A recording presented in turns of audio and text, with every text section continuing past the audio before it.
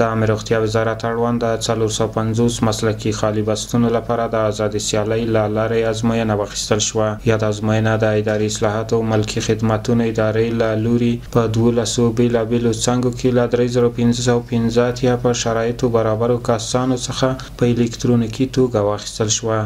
دغه ازموینه چې د عامه روغتیا وزارت د مرکزي روغتونونو لپاره د نږدې 450 بستونو ازموینه اخیستل کیږي.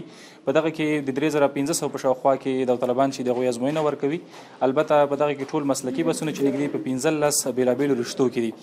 د عامه روغتیا وزارت د دې ترڅنګ ځینې نور بسونه چې هغه تخصصي بسونه دي هم 350 بسونه اعلان کړي دي. کوشش هم دا کوي چې څرنګه وکولای شو د آزاد رقابت په توسط سره هغه ځوانان چې هغوی مسلکي خلک دي، وړ خلک دي، د روغتي خدماتو لپاره ځای پر ځای کړو. دا اوس چې نن کوم ازموینه پیل شوې ده دا یو شفافه ازموینه ده.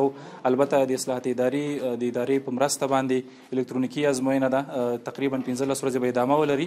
په دغه کې د هیواد څخه بیلابیلو ولایتونو څخه زموږ سره ځوانان پکې ګډون کوي.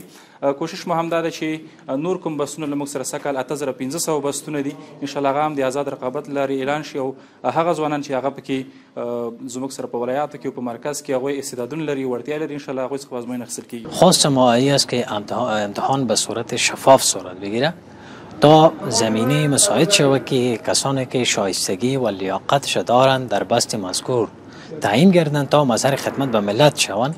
اکثر کسا امروزی زیادتر و کمتر بیش امتحانا گرفته میشه، اما بیشتر به اساس حکمی و واسطه مقرر میشه که اون شخصی که با واسطه مقرر شده، شما فرض کنین یک کسی با واسطه مقرر میشه، یک نرس از فرض بکن نمیتونه علائم حیاتی یک مریض چک کنه. وقتی که علائم حیاتی یک مریض چک کرده نتونه موضوع توقع خدمت به کجا داشته باشیم.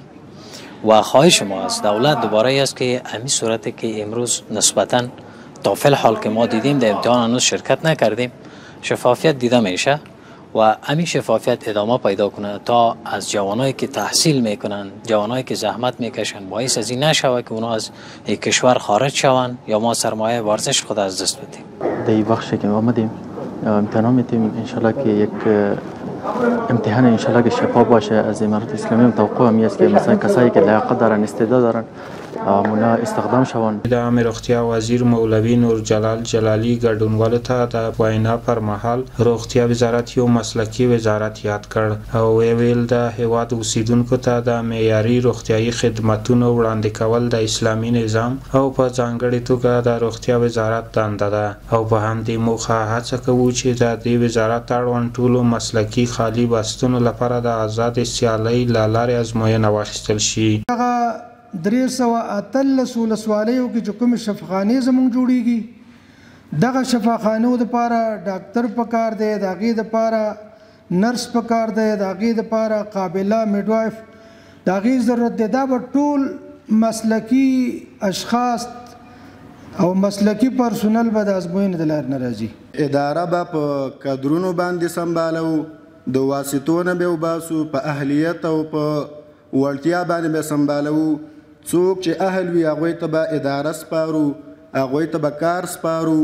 د چارو ادارې د څارنې او پالیسۍ مرستیال ښاغلي مولوي سیف الدین د یادې ازموینې برخه کې د بشري روڼتیا ډاډ څرګند کړ او ویل په دې ازموینه کې هیڅ ډول انساني مداخله شتون نه لري او یوازې هغه کسان به بریالي کیږي چې د اړوند بستونو وړتیا ولري. در اینجا مداخله انسانی انشاءالله ما مطمئن هستم که وجود نداره، هیچ نوع مداخله وجود نداره. هر کس مطابق استعدادی که الله برش داده، مطابق توانایی که در وقت درس و تعلیم، درس و محتوا مهنت کرده و زحمت کشیده، و مطمئن هستم که به یاری پروردگار جل جلاله او کامیاب میشه. دا یادونه وړ ده چې د اداري اصلاحاتو ملکي خدماتونو له لوري د ازموینو په اخیستلو کې زیات شفافیت رامنځته شوی دی چې د بیلابیلو ادارو لپاره نوي کسان د الکترونیکي ازموینې له لارې بریالي کیږي.